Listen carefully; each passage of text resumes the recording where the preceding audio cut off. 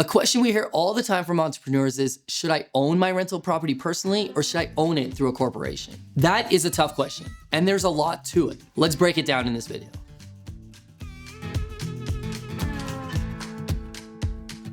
If you own the property personally, you calculate your rental income after deducting all of your expenses, like mortgage interest, your property taxes, your utilities, your repairs. The remaining profit is then taxed at your marginal tax rate.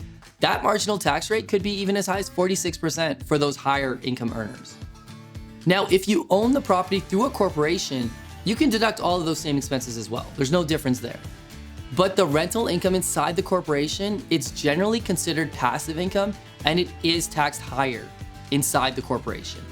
Most people assume that it will be taxed at what they see as the business rate. So in Alberta, the business tax rate for active business is 11%. That is not what is going to happen with your passive income. Initially, passive income is taxed around 50%.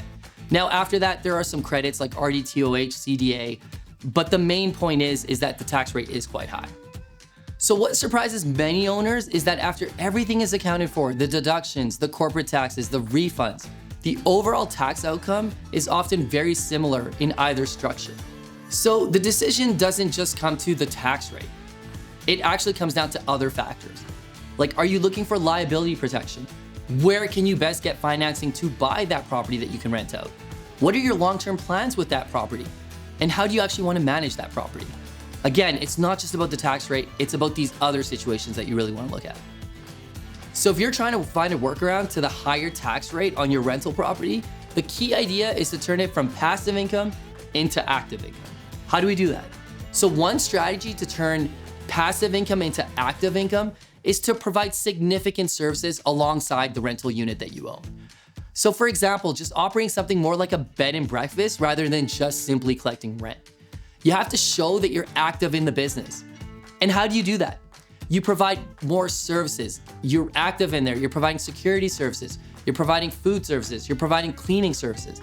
You have to show the CRA that I'm in there day to day and this is operating as a real business. So another strategy that you can deploy to turn passive income into active income is to hire more than 5 full-time employees.